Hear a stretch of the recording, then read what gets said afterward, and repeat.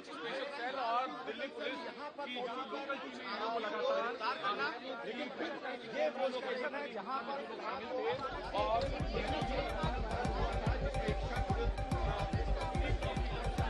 गोली चलाकर भाग जाता है, उसका पूरा वीडियो वायरल हो गया था, जिसके बाद उसकी पहचान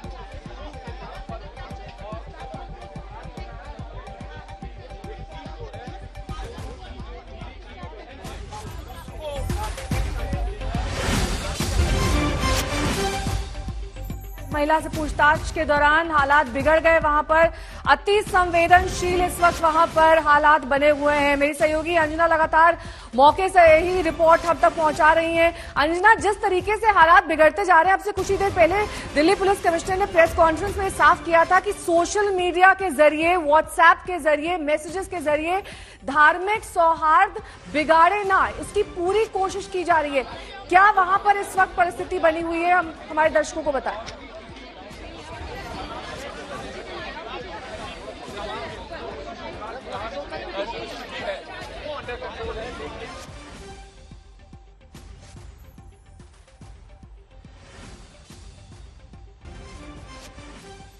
अंजना, वहां पर इस वक्त किस तरीके के हालात बने हुए हैं? जिस तरीके से आप रिपोर्ट हम तक पहुंचा रही थी, बेहद संवेदनशील ये मामला, जहां पर अब किसी से भी अगर पूछताछ की जाए तो लोग बिफर जाते हैं, गुस्से में आ जाते हैं, क्योंकि एक तरफा कार्रवाई करी जा रही है, ये दिल्ली पुलिस पर आरोप लग रहा है।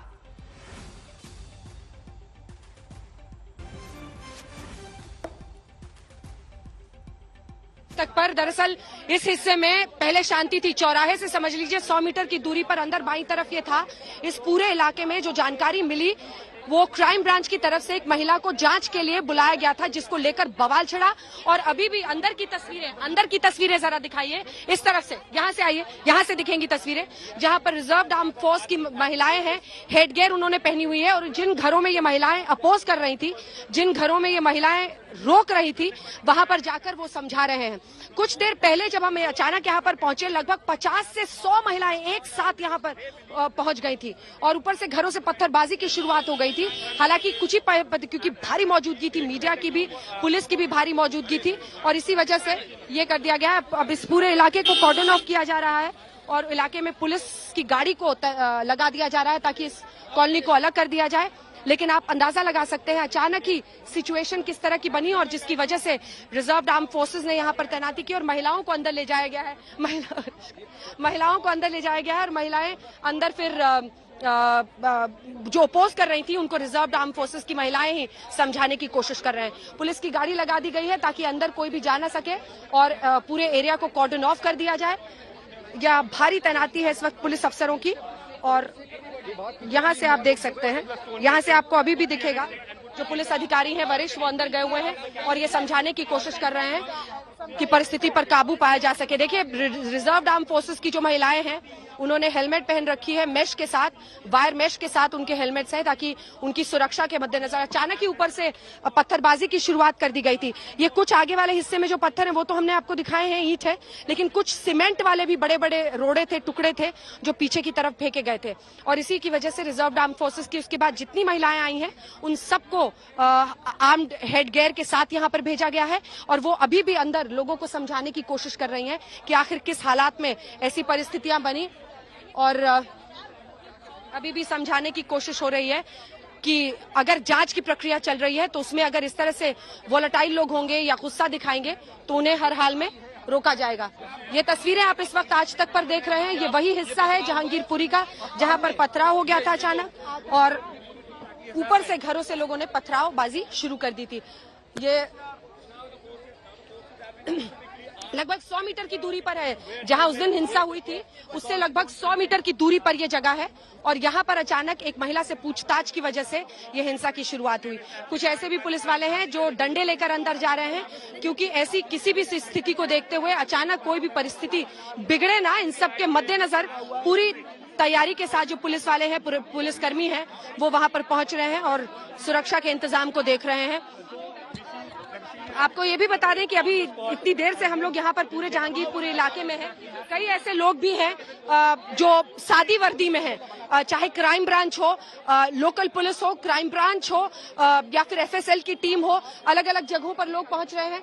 ये वो महिलाएं हैं, ऐसे ही हेडगियर के साथ कई महिलाएं अंदर भी गई हैं, कुछ महिलाएं यहाँ पर इंतजार कर रही हैं बाहर सुरक्षा के लिए। लेकिन आपको बता दें कि जो यहाँ पर लोग मौजूद हैं पुलिस की तरफ से, उनमें से कई सादी वर्दी में भी मौजूद हैं।